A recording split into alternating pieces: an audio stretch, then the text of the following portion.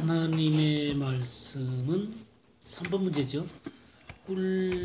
송이꿀보다 더 달다 그랬죠. 송이꿀보다 더 달다. 예? 그래서 오늘 지난번에 시간이 없어서 꿀에 대해서 제가 안 한다 그랬죠. 꿀. 히브리어는 데바시죠. 데바시. 꿀보다 더 달다. 가나안 땅이 어떤 땅이죠? 젖과 꿀이 흐르는 땅이죠. 젖과 꿀이 흐르는 땅입니다. 그래서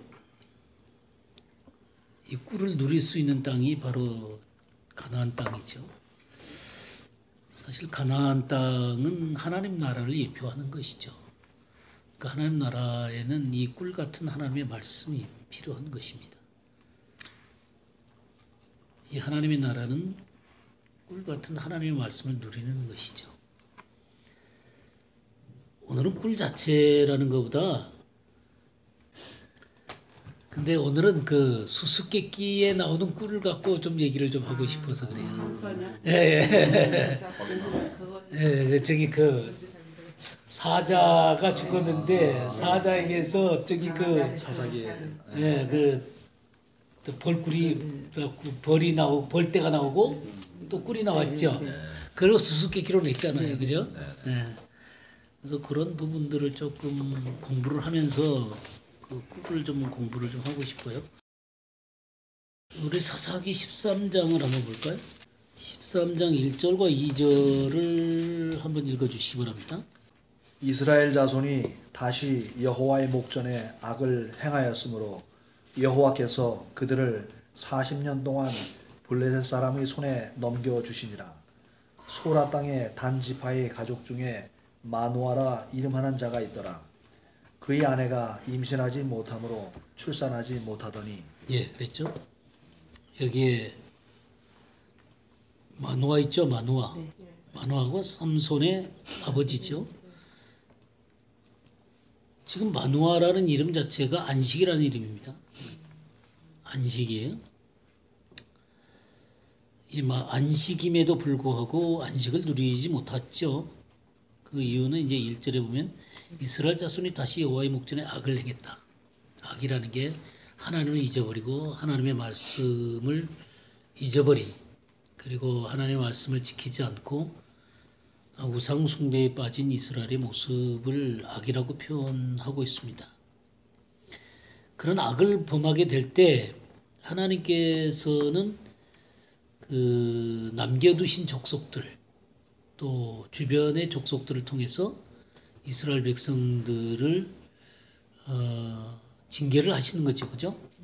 예, 그래서 이번에도 그들 블레셋이 40년 동안을 그들을 지배를 하게 되는 것을 보게 됩니다. 근데 이제 그때 천사가 나타나죠. 천사인데 사실 주님이 나타나신 것입니다. 예, 사사기 13장 18절에 보게 되면 여호와의 사자가 그에게 이르되 어찌하여 내 이름을 묻느냐. 내 이름은 기묘자다 그랬죠. 기묘자. 옛날 성경은 기묘. 이사야 9장 6절에도 기묘자가 나오죠. 이사야 9장 6절 한번 볼까요? 이는 한 아기가 우리에게 낳고 한 아들을 우리에게 주신 바 되었는데 그 어깨에는 정사를 메었고 그 이름은 기묘자라 모사라 전능하신 하나님이라 영존하시는 아버지라 평강의 왕이라 할 것입니다. 예, 기묘자라 영어로는 원더풀 그랬죠. 예, 원더풀 그랬어요. 놀라운 분이다. 이게 그 사사기 13장 18절에는 그 필리, 기묘, 필리라고 되어 있고요. 이 이사야 9장 6절은 펠라라 그랬습니다. 펠라. 근데 이 모든 단어들이 어디서 나온 거냐면 미스테리에서 나온 거예요. 미스테리온. 그러니까 미스테리온이라는 게 뭐냐? 비밀이라는 말이에요. 비밀, 신비. 신비. 경이롭다는 거죠. 우리 신명기 29장 29절 한번 볼까요? 감추어진 일은 우리 하나님 여호와께 속하였거니와 나타난 일은 영원히 우리와 우리 자손에게 속하였나니 이는 우리에게 이 율법의 모든 말씀을 행하게 하심이니라. 예, 감추어진 일 그랬죠. 감추어진 일. 예, 비밀입니다. 비밀. 감추어진 일은 우리 하나님께 속했고 나타난 일은 영원히 우리와 우리 자손에게 속하였다. 그래서 이 나타내는 것은 누가 하시냐면 아들이 하시는 겁니다. 그러니까 하나님의 놀라운 경륜은 하나님 아버지에게 감추어져 있고 그것을 이제 아들이신 예수 그리스도가 드러내시는 것이죠. 그리고 그 드러낸 그 하나님의 말씀이 실질적으로 나타나는 건 누구에게 나타나냐면 우리와 우리 자손에게 속했다. 하나님의 백성들에게 나타나게 되는 것입니다. 그렇게 해서 그 하나님의 말씀을 나타내 주심으로 말미암아 이 율법의 모든 말씀을 행하게 하신다라고 되어 있습니다.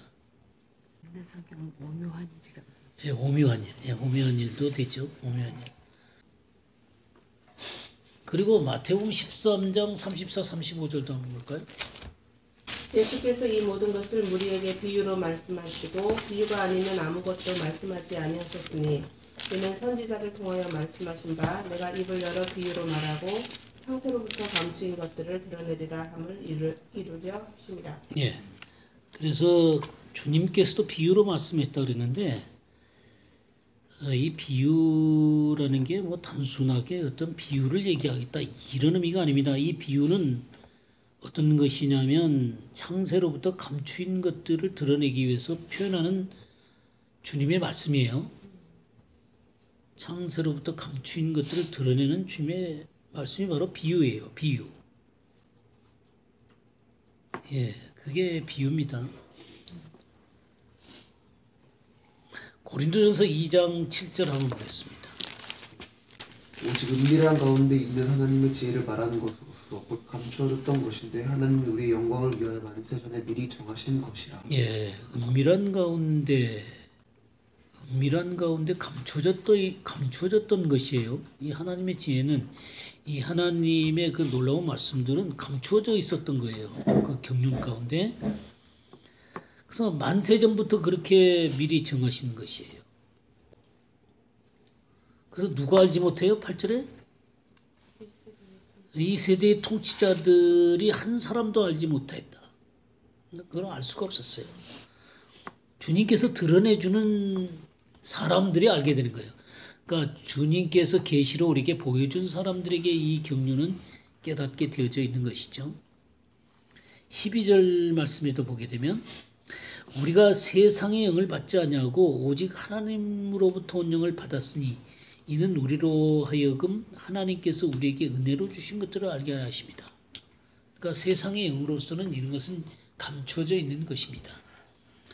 그럼 이 감추어져 있는 하나님의 이 경이로움 이런 것들은 하나님의 영으로 우리에게 알려지게 되게 되는 것입니다. 자, 그래서 사사기 14장을 오시게 되면요. 14장 12절에 이제 수수께끼를 냅니다. 12절에 보게 되면 삼손이 그들에게 이르되 이제 내가 너희에게 수수께끼를 내리니 그랬죠.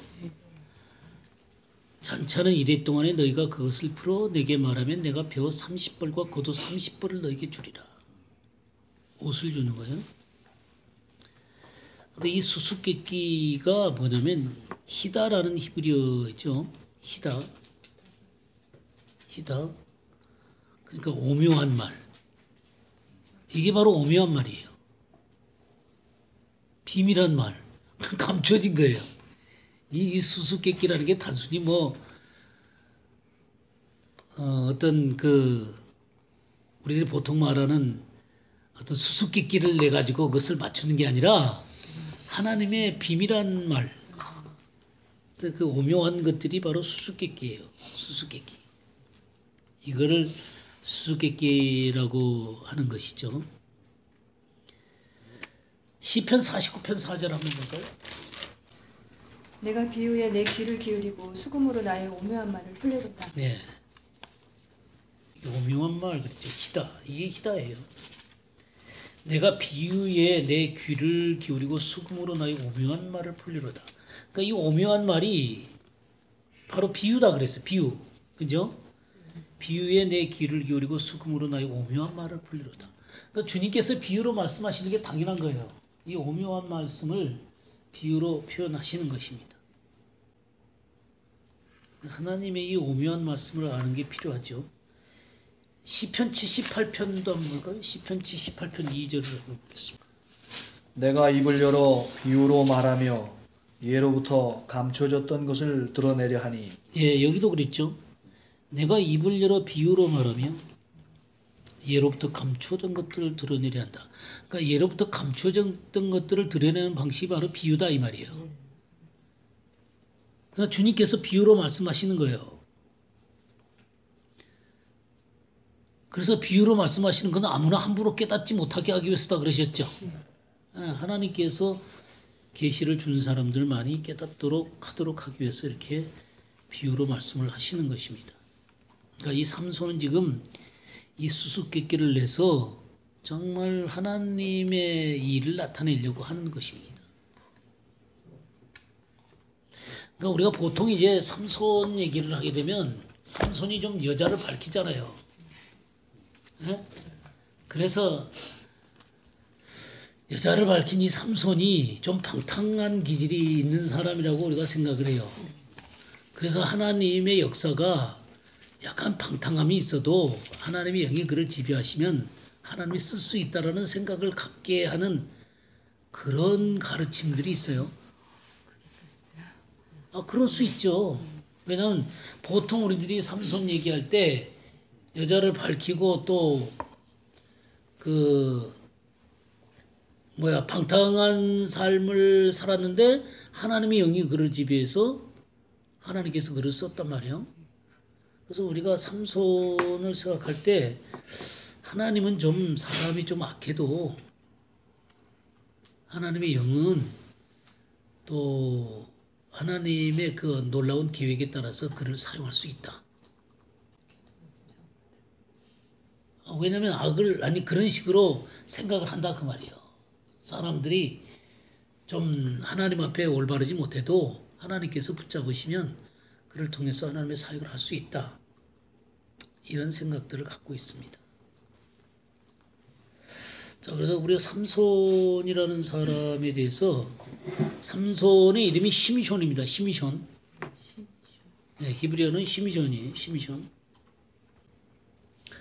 이 시미션이 쉐메시에서 나왔어요. 쉐메시 하면 태양이죠. 태양.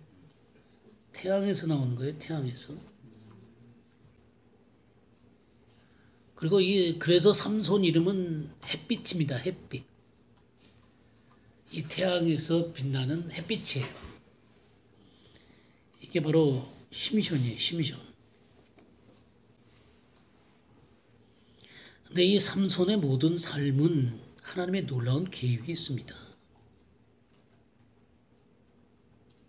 하나님의 놀라운 계획이 있어요. 그냥 방탕한 자를 사용한 게 아닙니다. 그 삼손에게 일어났던 그 모든 일들 가운데 하나님의 놀라운 계획이 있는 거예요. 자, 우리 사사기 13장 24절 25절 한번 읽어볼까요? 여인이 아들을 낳음에 이름을 삼손이라 하니라. 아이가 자라매 여호와께서 그에게 복을 주시더니 소라와 에스다올 사이 마하네단에서 여호와의 신이 비로소 그에게 감동하시니라. 이제 25절 보게 되면 소라와 에스다올 사이 메하네단에서 여호와의 영이 그를 움직이기 시작했다. 움직이기 시작했다. 그렇게 번역이 돼 있어요. 움직이기 시작했다. 근데 이제 그 아이가 자라죠. 자랐을 때 그에게 복을 주셨다 그랬죠. 복. 그 복이 바락이에요. 바락. 바락하게 되면 찬송을 해도 주의 이름으로 오시는 이여 바로 카바 베션 아도나이 그런 있죠. 그때 그 바락이라는 바룩 이 바룩 그게 복을 준다는 말이에요. 복을 준다. 그리고 시편 1편에 복 있는 사람은 나오죠. 이 복 있는 사람이라는 게 바로 이 바룩이에요. 바룩이에요. 그래서 이 복 있는 사람이 되는 거예요. 그러니까 삼손을 하나님께서는 복 있는 사람으로 세워주셨어요. 복 있는 사람으로. 복 있는 사람이 어떤 사람이에요? 복 있는 사람은 악인의 꾀를 쫓지 아니하며 죄인의 길에 서지 아니하며 오만한 자리에 앉지 아니하고 오직 여호와의 율법을 즐거워하며 죄로 그것을 묵상하는 자로다. 그랬죠? 예. 그게 복 있는 사람이에요. 그래서 이 유대인들은 이 삼손을 율법학자로 봅니다. 예. 그래서 예, 삼손을 그러니까 유대인들이 다 그러는 건 아니지만 유대인들 가운데 삼손을 율법학자로 보는 거예요. 그래서 율법에 능통한 사람으로 보는 것입니다. 그러니까 우리들의 생각과는 전혀 다르죠. 그러니까 우리 기독교에서는 그가 방탕하고 타락했지만 하나님께서 그를 회개시켜갖고 위대하게 썼다. 근데 이게 14장 4절에서 이 일이 여호와께로서 나온 것. 예, 그러니까. 이런 블레셋 여자를 취한 것도. 예, 그것도 그렇다는 거예요. 그러니까 그 사람은 다 의무가 있어요. 예, 그렇다는 거죠. 그래서 그 여호와의 영이 그를 움직이기 시작했더라 그랬죠. 예? 움직이기 시작했다. 이 움직이다라는 게 파암이라는 단어인데요. 파암. 움직이다. 이게 파암이에요. 파암. 근데 이 파암이라는 뜻이 어떤 뜻이냐면 괴롭히다. 고민하다 그런 말이에요. 그러니까 하나님의 영이 그를 괴롭히기 시작했어요. 자기 마음대로 살지 못하도록 성령께서 그를 움직이기 시작한 거예요. 그러니까 그 육신을 쳐서 부수시고 자기 방식대로 하는 것들을 깨뜨리시고 하나님의 영에 의해서만 움직여갈 수 있는 사람으로 괴롭히고 고민하게 하신 거예요. 하나님의 영은 우리 육신의 욕구를 거부하죠. 예? 육신을 쫓는 자는 육신의 일을, 하나님의 영을 쫓는 자는 하나님의 하나님의 영의 생각을 하는 거죠. 예? 그래서 육신은 하나님의 성령을 거스리고 하나님의 성령은 육신을 거스리는 거죠. 거스리는 거예요. 그래서 이 하나님의 영이 그들을 움직이기 시작하니까 그의 그 육신의 욕구를 거부하는 거죠. 그러니까 괴롭히고 고민을 시키는 거예요.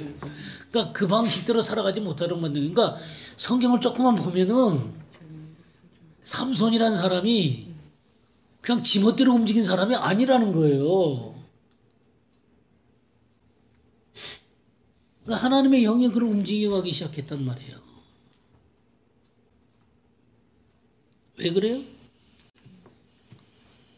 4절에 보니까 14장 4절 그때의 블레셋 사람이 이스라엘을 다스린 까닭에 삼손이 틈을 타서 블레셋 사람을 치려 함이었으나 그의 부모는 이 일이 여호와께로부터 나온 것인 줄 알지 못하였더라. 그러니까 사람들은 이게 하나님으로부터 나온 것인 것을 잘 모르는 거예요. 그러면 하나님께서 사용하기 위해서 이 삼손의 방탕함을 사용하는 거예요. 그러니까 영 우리가 일반적으로 생각하는 그런 식으로 생각을 하게 되면 완전히 하나님의 뜻과는 반대식으로 이 말씀을 해석할 수 있다 그 말이에요. 네, 그렇죠. 그러니까 이 블레셋을 치고 이스라엘 백성들을 해방시키기 위해서 삼손을 사용하신 거단 말이에요. 하나님의 모략이. 예, 하나님의 모략을 통해서 삼손을 사용하신 건데.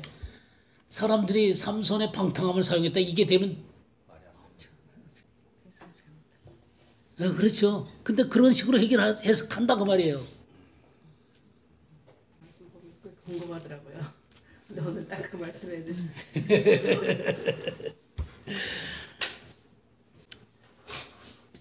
그러니까 이런 그 하나님의 계획 가운데서 나오는 이 삼손의 그 삶인 것을 볼 수 있죠.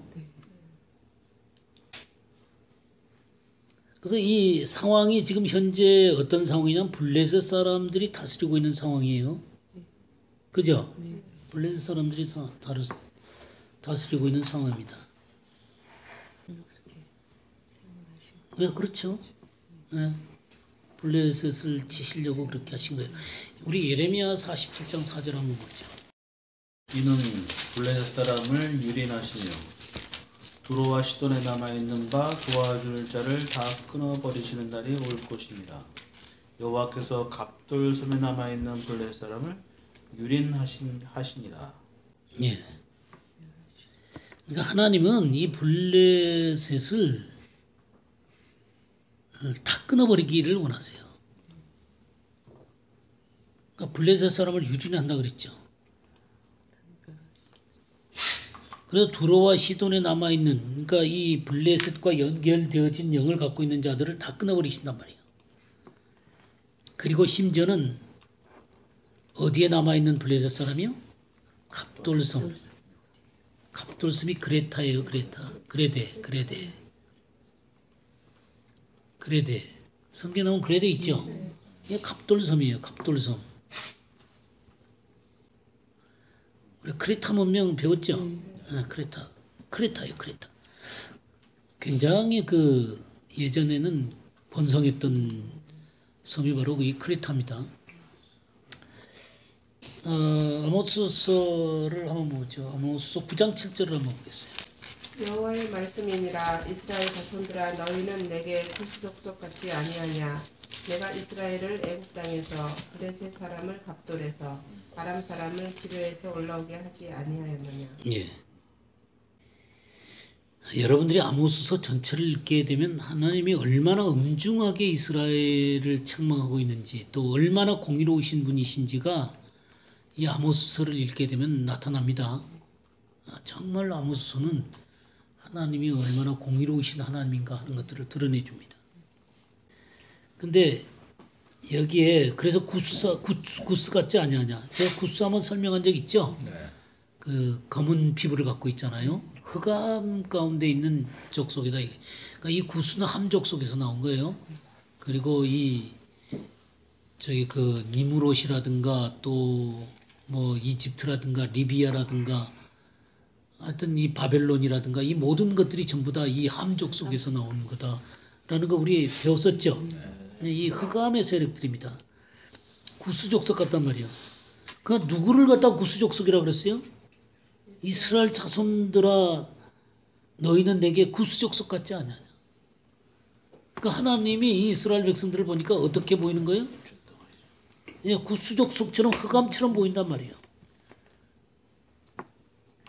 근데 블레셋 사람은 어디에서 올라오겠다는 거예요? 갑돌에서, 크레타에서 왔다 그 말입니다. 이 크레타라고 하는 것은 이 로마와 그리스의 그러니까 에게해 지방의 그 문명 속에서 이 발원해가지고 블레셋이 이 가나안 땅인 데까지 온 거예요. 그러니까 우리가 보통 히타이트라 그러잖아요. 히타이트 문명이 바로 철기 문화가 바로 이 블레셋 문화거든요. 그러니까 이 철기 문화, 이것은 바로 그리스와 로마의 그 문명 속에서 지금 이 블레셋이 그 근원을 두고 있다라고 하는 것이죠. 그러니까 그 로마와 그리스의 영을 갖고 있는 자들이에요. 하나님의 영을 갖고 있는 게 아니라 로마와 그리스의 영, 이 세상의 영을 갖고 있는 그런 자들이 바로 이 블레셋 사람들입니다.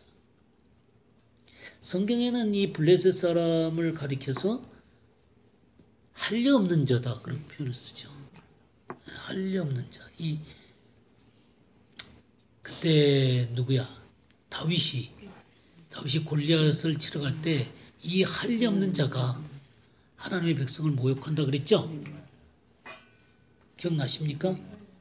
이 할례 없는 자가. 사무엘상 17장 한번 볼까요? 17장 26절. 다윗이 곁에 서 있는 사람들에게 말하여 이르되 이 블레셋 사람을 죽여 이스라엘의 치욕을 제거하는 사람에게는 어떠한 대우를 하겠느냐. 이 할례받지 않은 블레셋 사람이 누구이기에 살아계신 하나님의 군대를 모욕하느냐. 네.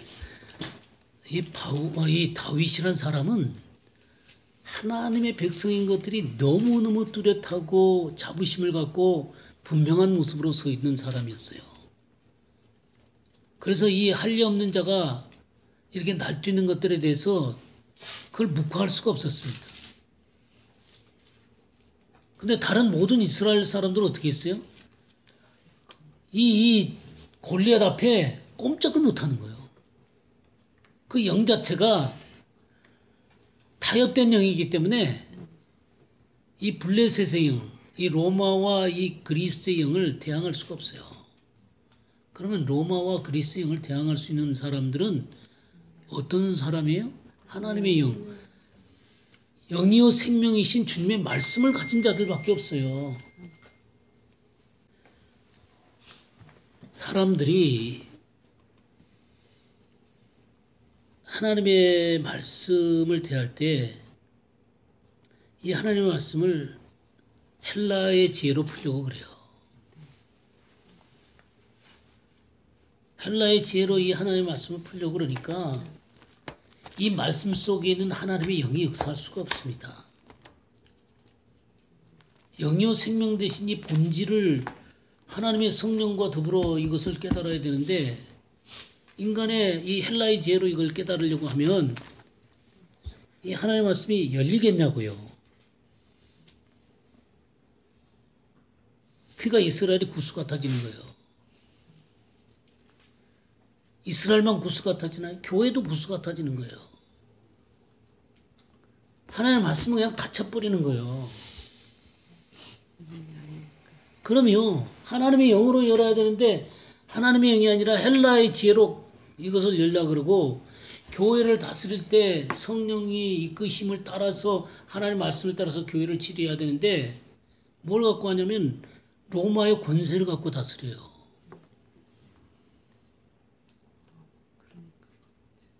로마의 권세로 다스리면 교회는 이 세상과 똑같아지는 거예요. 이 세상 방식이 교회에서 그대로 그냥 통용이 되는 거예요. 돈 많은 사람이 높은 데 앉고 사회에서 큰 소리 치는 사람이 교회 와서도 큰 소리 치고 이게 왜 그렇게 돼요? 교회는 하나님의 영과 말씀에 의해서 움직여지는 곳이 교회예요. 그럼 하나님의 말씀이 살아있고 하나님의 영으로 충만한 사람들이 함께 모여서 예배를 드리고 하나님의 뜻을 찾아야 되는 건데 그런 걸 안 하고 세상 사람들은 이렇게 하더라. 세상의 조직들은 다 이렇게 하더라. 세상에 이런 것들이 힘있고 위대한 것이니까 교회에서 그런 사람들을 인정해 줘야 된다는 거죠. 그럼 교회는 더 이상 하나님의 나라가 아니에요. 그냥 블레셋의 영을 갖고 교회가 치리되는 거예요. 이해가 되십니까? 예. 하나님의 말씀을 하나님의 성령과 하나님이 주시는 이 계시의 영으로 이 하나님의 본질을 깨달아야 되는데 깨닫지를 못하니까 이 말씀이 캄캄한 거예요. 우리 신명기 29장 4절 한번 보죠. 그러나 깨닫는 마음과 보는 눈과 듣는 귀는 오늘날까지 여호와께서 너에게 주지 아니하셨느니라. 예.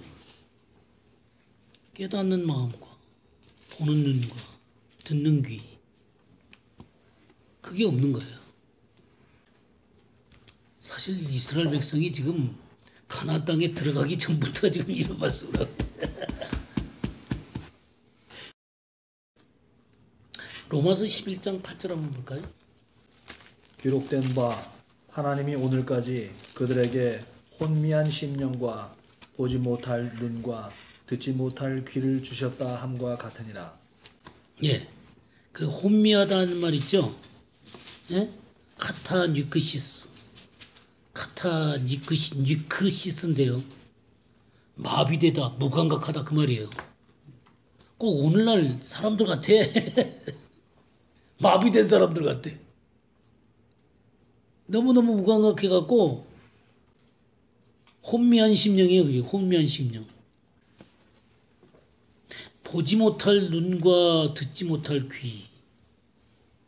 이게 지금 어디서 나오는 것이냐면 이사야 29장 10절 있죠. 예? 이사야 29장 10절. 한번 찾아볼까요? 이사야 29장 10절.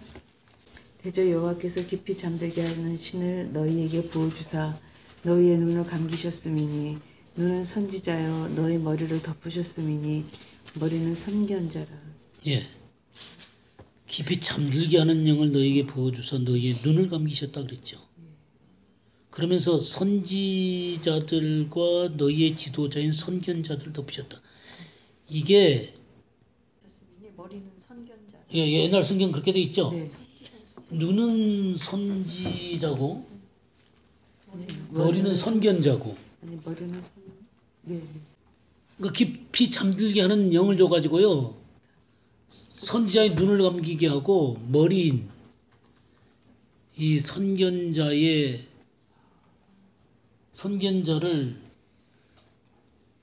그 암흑 가운데 두는 거예요.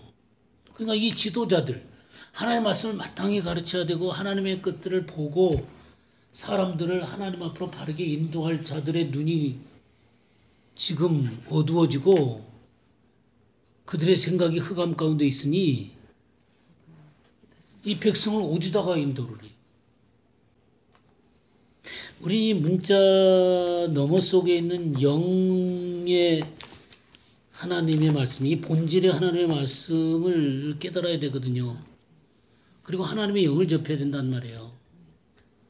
그래 하나님을 알고 하나님의 뜻을 알고 하나님이 이 시대 가운데 어떻게 보고 있는가를 볼 수가 있는데 아니 눈과 머리가 다 감겨 있으니 그걸 누가 보겠어요? 이 블레셋의 영, 이 로마와 그리스의 영은 끊임없이 교회를 괴롭히오는 거예요. 그리고 이스라엘을 공격해 오는 거예요. 왜 그래요?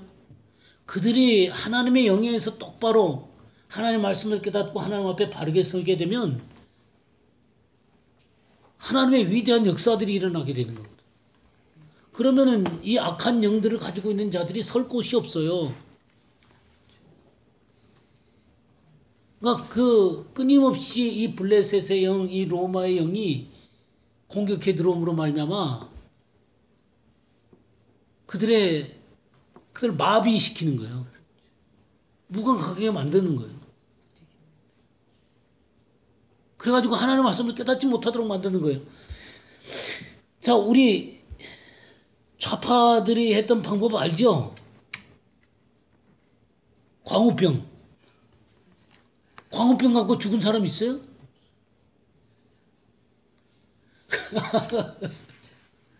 광우병. 그것이 때문에 얼마나 시끄러웠어요. 세월호 사건, 5.18 사건, 태블릿 사건. 그러고 결국 이 나라를 뺏은 거예요. 혼미시켜갖고. 다 잠들게 하는 영을 뿌려갖고는 다 마비시켜놓고 무감각하게 만들어놓고 이제는 아무리 옳은 얘기를 해도 못 알아들어. 교회도 그래요. 교회도 진리의 영으로 우리들이 깨어 있어야 될 거 아니에요. 이제 진리의 영으로 교회 가서 얘기를 해도 그러면 어떻게 되지 하는 거예요?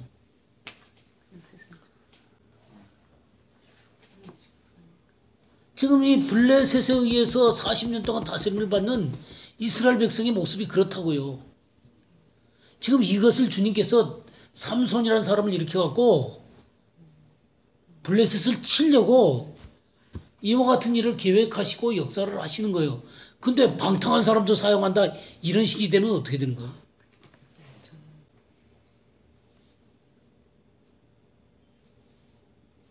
왜 이 서기관과 바리새인들이 깨닫지 못하는지 아세요? 네, 그들에게도 여전히 블레셋의 영이 지배하고 있기 때문에 그러는 거예요. 할례받지 못한 영. 근데 그들은 육체의 할례를 받았지만 어디에 할례를 받지 못했어요? 마음의 할례를 받지 못했어요. 마음에. 그러니까 똑같은 거예요. 본질적으로 하나님 오실 때는 할례 없는 자예요. 우리 로마서 한번 볼까요? 로마서 2장 28절 29절. 무릇 표면적 유대인이 유대인이 아니요 표면적 육신의 할례가 아니니라. 오직 이면적 유대인이 유대인이며 할례는 마음에 할지니 영에 있고 율법 조문에 있지 아니한 것이라. 그 칭찬이 사람에게서가 아니요 다만 하나님에게서니라. 예, 하나님의 눈앞에 할례를 받아야 되는 거거든요. 하나님의 영으로 할례를 받아야 되는데 하나님의 영으로 할례를 받는 게 아니라 그냥 육체만 할례를 받는 거예요. 성경 연구는 무지무지 열심히 하죠. 이 회당이 생겨난 게 이제 중간기 때 생겨난 거잖아요. 그죠? 그 당시에 지배한 게 누구예요? 헬라하고 로마예요. 그 영향을 벗어나질 못한 거예요. 그러니까 하나님의 말씀을 하나님의 영에 의해서 깨달아야 되는데 깨닫지 못하니까 회당을 만들고 그 로마와 그런 세계 가운데서 그들의 영에 의해서 인도를 받으니까 참다운 메시아를 알 수가 없는 거예요. 오늘날 교회도 마찬가지예요. 오늘 교회도 하나님의 영에 감동돼서 하나님의 영에 의해서 움직여서 이 하나님의 말씀을 깨달아야 되는데 그냥 가지고 있는 게 이 세상 지혜밖에 없으니 그걸로 이 하나님의 말씀을 풀려고 그래요. 이게 그걸 풀리나요? 이 성경의 하나님의 말씀이 이 세상 지혜로 풀리나요?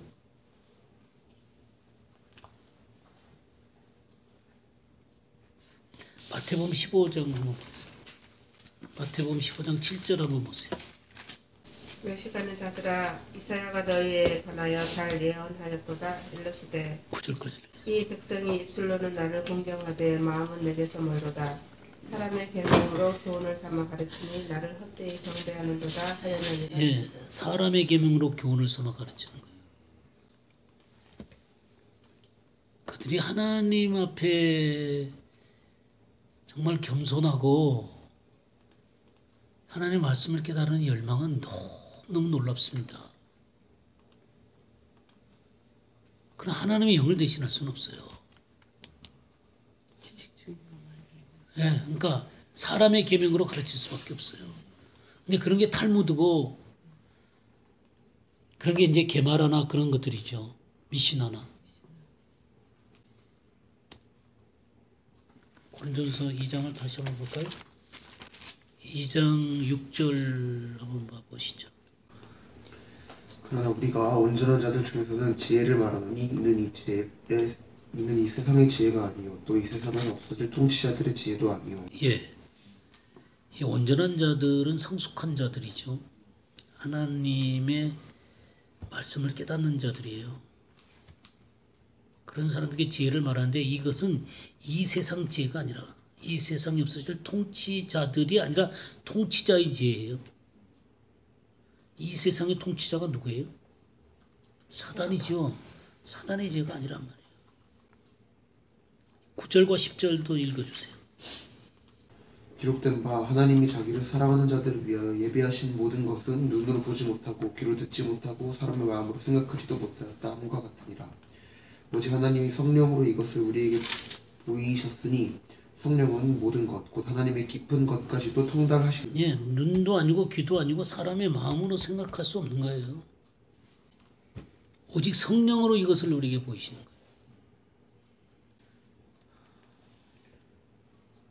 하나님의 영으로만 깨닫는 게 하나님의 말씀이다 그 말이에요. 근데 이 블레셋의 영을 뒤집어 쓰고 있으니 그들이 노예 생활을 할 수밖에 없죠. 예, 그러니까 그것이 지금 삼손이 있었던 그 시대의 모습이에요. 예, 현재의 모습이기도 하고. 그러니까 참 시대가 아무리 변해도 인간은 똑같은 것 같아. 그러니까 이 삼손이 있던 이 블레셋에 의해서 다스려지고 있는 시대나 예수님이 오셔갖고 아무리 하나님 나라를 얘기해도 이 바리새인과 서기관들에 의해서 되어진 이 율법주의 시대나 오늘날 이 문명이 이렇게 발달하고 그래도 그냥 이 좌파의 미혹하는 영에 속아가지고 하나님의 말씀에 대해서 바르게 응답하지 못하고 있는 이 시대나 똑같은 것 같아요. 하나님의 영에 의해서만 깨닫게 되는 거란 말이에요. 그럼 하나님의 영에 의해서 지배당하는 사람이 돼야죠. 근데 바로 삼손이라는 사람은 하나님의 영에 의해서 움직이는 사람이었다 그 말이에요. 삼손이 좀 보이세요? 삼손 같이 어려서부터 그 나실인으로서 구별된 사람이 그 행동하는 것이 정말 이해되지 않는 행동을 했을 때 그것이 하나님의 인도하심이 아니면 그렇게 할 수가 없는 행동들이거든요. 그렇죠. 네. 기가 막힌 일이란 말이에요. 그게 도저히 이해가 안 갔었어요. 그러니까 앞에는 그런 맞았는데 뒤는 아닌 줄 알았어. 그러니까 그런 모든 것들이 하나님의 어떤 그 계획들이 숨어 있는 것이죠. 이 사사기를 보게 되면 사사들이 좀 웃기는 것 같지 않아? 송문은 막대기 갖고 싸우고 그러니까 그런 식으로 이해를 하게 되면 이 성경은 안 보인다는 거야.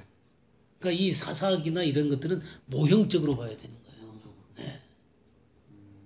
하나님이 그 사람들의 그런 어떤 주변의 사람들이라든가 이름이라든가 지명이라든가 어떤 일이라든가 이런 것들을 통해서 그 내면에 하나님의 진리를 감춰줬다는 거예요. 그러니까 그런 것들을 찾아내서 봐야지 그냥 논리적으로 쭉 읽으면 이 웃기는 사람들이에요. 예, 근데 우리가 지금까지 공부하면서 어땠어요? 그러니까 그 사람의 이름 하나, 지명 하나 그런 것들 가운데도 하나님의 놀라운 계획들이 거기에 다 숨어 있다 그 말이에요.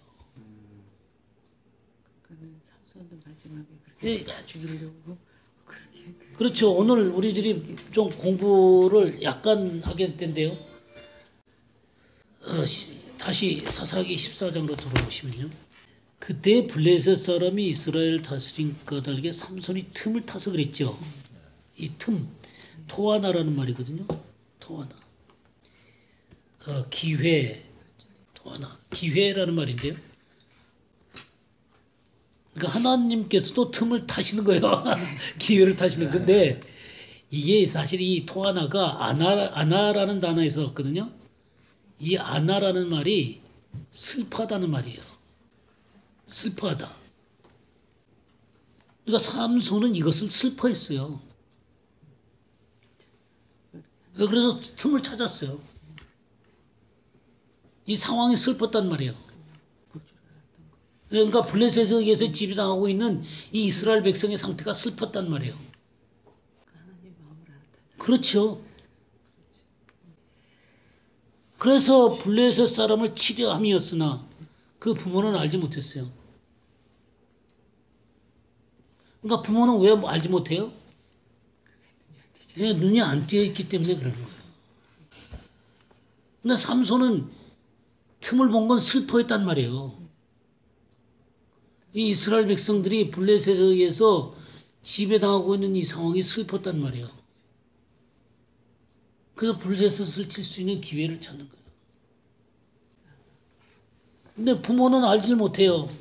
근데 그의 부모는 이 일이 여호와께로부터 나온 것도 몰랐어요. 하나님은 이 일을 미리부터 계획하시고 삼손이라는 사람을 세우시고 삼손을 통해서 이 블레셋을 치려고 계획을 하신 거예요. 근데 6절에도 보면 이런 말씀 있잖아요. 여호와의 영이 삼손에게 강하게 임하니 그가 손에 아무것도 없이 그 사자를 염소새끼에 찢는 것 같이 찢었으나 그는 자기의 행한 일을 누구한테 알리지 않았어요? 부모에게 알리지 않았어요. 부모는 알지를 못해요. 근데 삼손은 아는 비밀이 있다 그 말이에요. 그러니까 보이죠? 그래서 심지어는 이 유대인들 가운데는 율법 학자로 본다니까요. 네, 깊은 하나님의 비밀을 안 사람으로 본다 그 말이에요.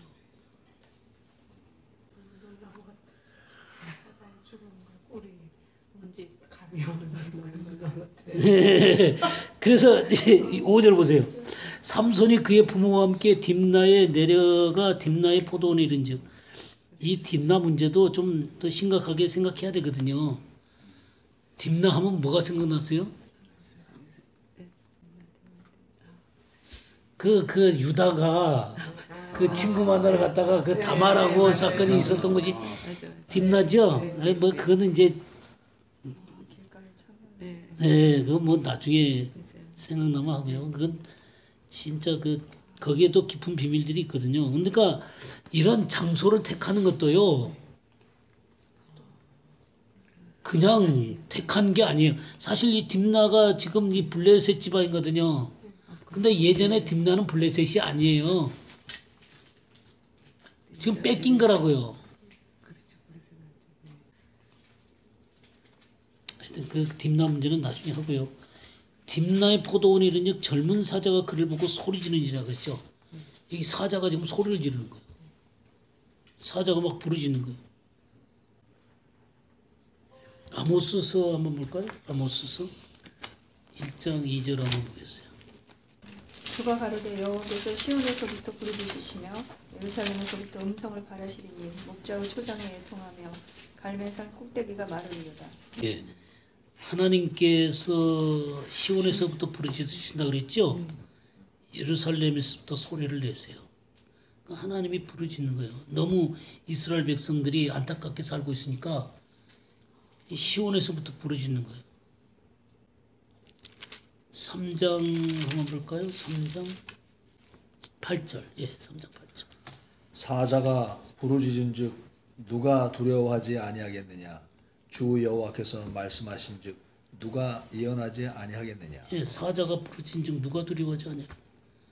주 여호와께서 말씀하신즉 누가 예언하지 아니하겠느냐? 사자. 그렇죠. 왕이신 주님을 상징하는 것이죠. 사자가 부르짖는 거예요.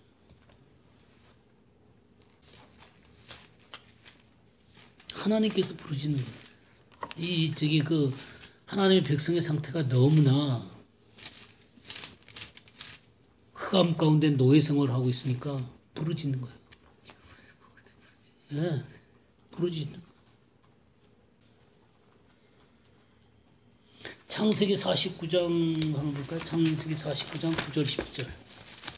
유다는 사자 새끼로다. 내 아들아 너는 움킨 것을 찢고 올라갔도다. 그의 엎드리고 웅크림이 숫사자 같고 암사자 같으니 누가 그를 범할 수 있으랴. 홀이 유다를 떠나지 아니하며 치리자의 지팡이가 그 발 사이에서 떠나지 아니하시기를 실로가 오시기까지 미치리니 그에게 모든 백성이 복종하리로다. 예, 사자 유다는 사자 새끼로다 그랬죠. 사자란 말이에요. 그러니까 규가 유다를 떠나지 않냐고 통치자의 지팡이가 그 발상에 떠나지 않는다 그랬죠. 바로 메시아를 나타내는 거예요. 이 사자는 바로 메시아를 나타내는 것입니다. 이 사자가 부르짖는 거예요. 근데 사사기 14장 보시게 되면요. 6절을 보게 되면요. 6절 여호와의 영이 삼손에게 강하게 임해. 삼손한테 지금 강하게 임하잖아요. 그가 손에 아무것도 없이 그 사자를 염소 새끼를 찢는 것 같이 찢었어요. 이 사자가 염소처럼 찢어졌어요.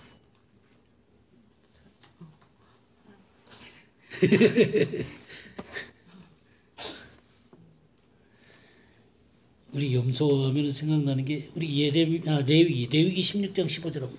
또 백성을 위한 속죄제 염소를 잡아 그 피를 가지고 휘장 안에 들어가서 그 수송아지 피로 행함같이 그 피로 행하여 속죄소 위와 속죄소 앞에 뿌릴지니. 예, 속죄일 날 염소 새끼가 찢어지거든요.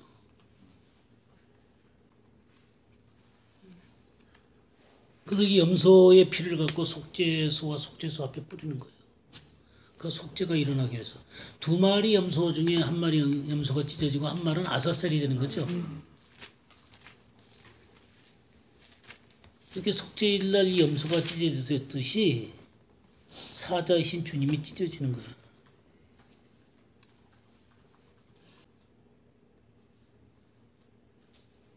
요한계시록 5장을 한번 볼까요? 5장 5절 6절 한번 보겠습니다. 장로 중에 한 사람이 내게 말하되 울지 말라. 유대 지파의 사자 다윗의 뿌리가 이겼으니 그 두루마리와 그 일곱인을 떼시리라 하더라. 내가 또 보니 보좌와 내 생물과 장로들 사이에 한 어린 양이 서 있는데 일찍이 죽임을 당한 것 같더라. 그에게 일곱 뿔과 일곱 눈이 있으니 이 눈들은 온 땅에 보내심을 받은 하나님의 일곱 영이더라. 예. 유다 지파의 사자가 나오죠. 사자가 이겼다 그랬는데 누가 나와요? 어린 양이. 죽임을 당한 어린 양이 나오는 거예요. 그러니까 이 모든 것들이 사자이신 주님이 염소처럼 죽을 것을 나타내 표현하는 거예요. 염소 새끼처럼 찢어지시는 거예요. 근데 사자의 몸에서 뭐가 나와요? 벌떼가 나오는 거, 벌떼. 벌떼. 예, 벌떼. 하나님의 백성들이 나오는 것입니다. 우리 이사야 53장 12절 한번 볼까요? 그러므로 내가 그에게 존귀한 자와 함께 몫을 받게 하며 강한 자와 함께 탈취한 것을 나누게 하리니 이는 그가 자기 영혼을 버려 사망에 이르게 하며 범죄자 중 하나로 헤아림을 받았음이니라. 그러나 그가 많은 사람의 죄를 담당하며 범죄자를 위하여 기도하였느니라. 예, 많은 사람의 죄를 담당하며 범죄자들을 위해 기도하였느니라. 그리고 10절에도 보게 되면 여호와께서 그에게 상함을 받게 하시기를 원하사 질고를 당하게 하셨은지 그 영혼을 속전제물로 드리게 이르기면 그가 뭐를 본다 그랬어요? 시를 보게 되며 그의 날은 길 것이요 그의 손으로 여호와께서 기뻐하시는 뜻을 성취하리로다. 예, 그의 시를 보게 되는 것입니다. 바로 주님의 백성들이 나오는 것이죠. 그리고 뭐가 나와요? 꿀이 나오는 것입니다. 그 죽으신 몸에서 꿀이 나오는 거예요. 하나님의 말씀이 나오는 것입니다. 우리 시편 81편 16절 한번 볼까요? 내가 또 미르 아름다운 것으로 저희에게 먹이며 반석에서 나오는 꿀로 너를 만족해 하리라 하셨도다. 예, 반석에서 꿀이 나온다 그랬어요. 반석에서 어떻게 꿀이 나와요? 네, 반석 대신 주님의 몸이 찢어지시는 곳에서 꿀이 나오는 거예요. 말씀이 나오는 거예요. 죽은 사자에서부터 꿀이 나오는 거예요. 신명기 32장 13절 보겠습니다. 여호와께서 그가 땅의 높은 곳을 타고 다니게 하시며 밭의 소산을 먹게 하시며 반석에서 꿀을 굳은 반석에서 기름을 빨게 하시며 예. 반석에서 꿀을 굳은 반석에서 기름을 빨게 하신다. 이게 어떻게 굳은 반석에서 기름이 나와요? 반석에서 어떻게 꿀이 나와요? 예. 바로 주님의 몸에서 나오는 것이죠. 근데 이것을 자기 부모한테는 감췄어요. 그죠? 예, 비밀이에요. 비밀. 감춰진 비밀입니다. 그러니까 이런 거는 이 블레셋의 영향을 받고 있는 사람들에게는 이게 깨달아질 수가 없는 거예요. 그러니까 눈이 감겨 있는 사람들한테 이런 게 안 보이는 거죠. 우리 예레미야 5장 한번 보겠습니다. 5장 20절부터 31절까지. 너는 이를 야곱 집에 선포하며 유다에 공포하여 이르기를 우준하여 지각이 없으며 눈이 있어도 보지 못하며 귀가 있어도 듣지 못하는 백성이여 이를 들을지어다. 여호와께서 말씀하시되 너희가 나를 두려워 아니하느냐 내 앞에서 떨지 아니하겠느냐 내가 모래를 두어 바다의 제한을 삼되 그것으로 영원한 바다의 계한을 삼되 그것으로 영원한 계한을 삼고 지나치지 못하게 하였으므로 파도가 흉용하나 그것을 이기지 못하며 뛰노나 그것을 넘지 못하느니라. 그러나 너희 백성은 배반하며 해역하는 마음이 있어서 이미 배반하고 갔으며 또 너희 마음으로 우리에게 이른 비와 늦은 비를 때를 따라 주시며 우리를 위하여 추수 기한을 정하시는 우리 하나님 여호와를 경외하자 말하지도 아니하니 너희 허물이 이러한 일들을 물리쳤고 너희 죄가 너희에게 오는 좋은 것을 막았느니라. 네, 우선 거기까지 좀 보죠. 여기 지금 21절에 어리석고 지각이 없으며 눈이 있어도 보지 못하며 귀가 있어도 듣지 못하는 백성 그랬죠? 네. 이게 완전히 눈이 감긴 거죠. 맹인이에요. 맹인. 영적인 맹인. 그렇게 하나님의 말씀을 무지하니까 22절에 무슨 얘기를 하는 거예요? 바다의 한계를 정했다 그랬잖아요. 그러니까 이 바다 파도가 아무리 와도 그 한계를 안 넘는 거거든요. 근데 이 백성은 넘어버린다는 거예요. 그러니까 하나님의 말씀의 경계를 넘어버린다는 거예요. 그 배반하고 반역하는 마음이 있어 이미 배반하고 갔다 그랬어요. 그러면서 여호와를 경외하지도 않는 것입니다. 그래서 하나님께로부터는 좋은 것을 이 죄로 말미암아 물리치는 거예요.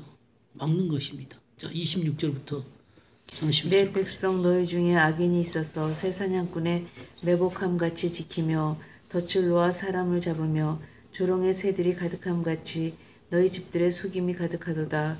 그러므로 너희가 창대하고 거부가 되어 살찌고 윤택하며 또 행위가 심히 악하여 자기 이익을 얻으려고 송사 곧 고아의 송사를 공정히 하지 아니하며 빈민의 송사를 공평히 판결치 아니하니 내가 이 일들을 인하여 벌하지 아니하겠으며 내 마음이 이 같은 나라에 보수하지 않겠느냐 여호와의 말이니라. 예, 하나님이 지금 뭐라고 말씀하세요?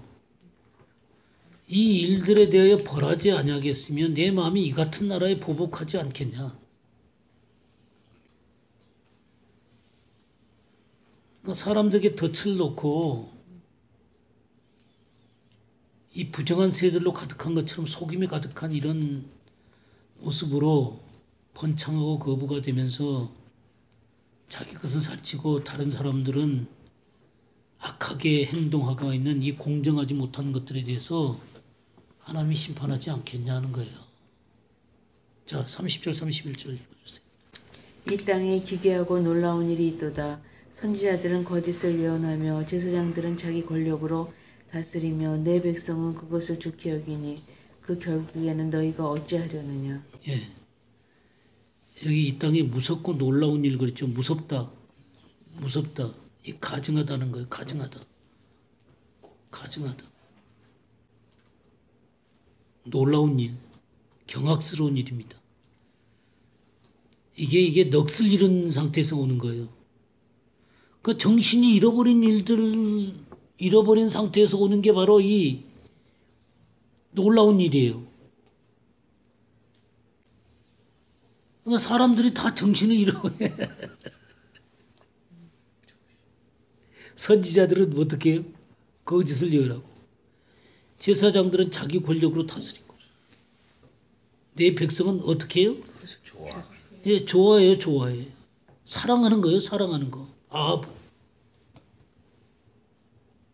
마지막에는 너희가 어찌 하려느냐. 여기 이 자기 권력으로 다스린다 그랬죠? 이게 짓밟다라는 거예요, 짓밟다. 짓밟아도 그냥 멍청하게 당하고 있는 거예요. 지금 우리나라 사람들이 그러고 있어요. 그 좋게 여겨요. 근데 지금 이 상황이 됐는데 이 오묘한 이 수수께끼를 냈단 말이에요. 예? 이 수수께끼를 내니까 그들이 알아요, 몰라요? 모르지요. 그래서 17절에 뭐라 그랬어요? 7일 동안 그들이 잔치할 때 그의 아내가 그 앞에서 울며 그에게 강요함으로 그랬죠. 강요함으로 알게 되는 거예요. 강요함으로. 강요함으로. 또 특별히 18절에 그래갖고 알려주니까 삼손에게 이르되 무엇이 꿀보다 달겠으며 무엇이 사자보다 강하겠느냐 한지라 삼손이 그들에게 이르되 너희가 내 암송아지로 밭갈지 아니하였다며. 암송아지 나오죠? 에글론. 기억나요? 멍에 매지 않은 소 있죠? 멍에 익숙하지 않은 소 있죠? 그래갖고 이 멍에 익숙하지 못한 이 에글론 이 여자 블레셋 여자죠. 삼손과 결혼하게 되는 이 블레셋 여자를 강요해갖고 그걸 알아내는 거예요. 도둑질하는 게 도둑질. 이 하나님의 말씀을 도둑질하는 것입니다. 요한복음 10장 10절을 보겠습니다. 도둑이 오는 것은 도둑질하고 죽이고 멸망시키려는 것뿐이요 내가 온 것은 양으로 생명을 얻게 하고 더 풍성히 얻게 하려는 것이라. 예. 이 도둑질이죠. 도둑질. 사탄을 쫓아가는 도둑질이에요. 사실 옷을 30벌을 주기로 했거든요. 이 비유를 풀면. 바로 이 비유를 제대로 풀면 의의 옷을 입는 거거든요. 근데 도둑질로 지금 옷을 입었죠. 그러니까 어떻게 해요? 쳐 죽이는 거예요. 쳐 죽이는 거. 4장 19절을 보시게 되면 여호와 영이 삼손에게 갑자기 임하시며 삼손이 아스글론으로 내려가서 그 사람 30명을 쳐 죽이고 노력하여 수수께끼 깊은 자들에게 옷을 주고 심히 노하여 그의 아버지 집으로 올라갔고 삼손의 아내는 삼손의 친구였던 그의 친구에게 준바되었더라. 하고 나중에 이제 삼손이 나귀뼈로 사람들을 쳐 죽이는 거예요. 하나님의 길을 바르게 따르지 않고 그래서 저기 이 거짓으로 이 수수께끼를 깨달아가지고 거짓의 의의 옷을 입는 거예요.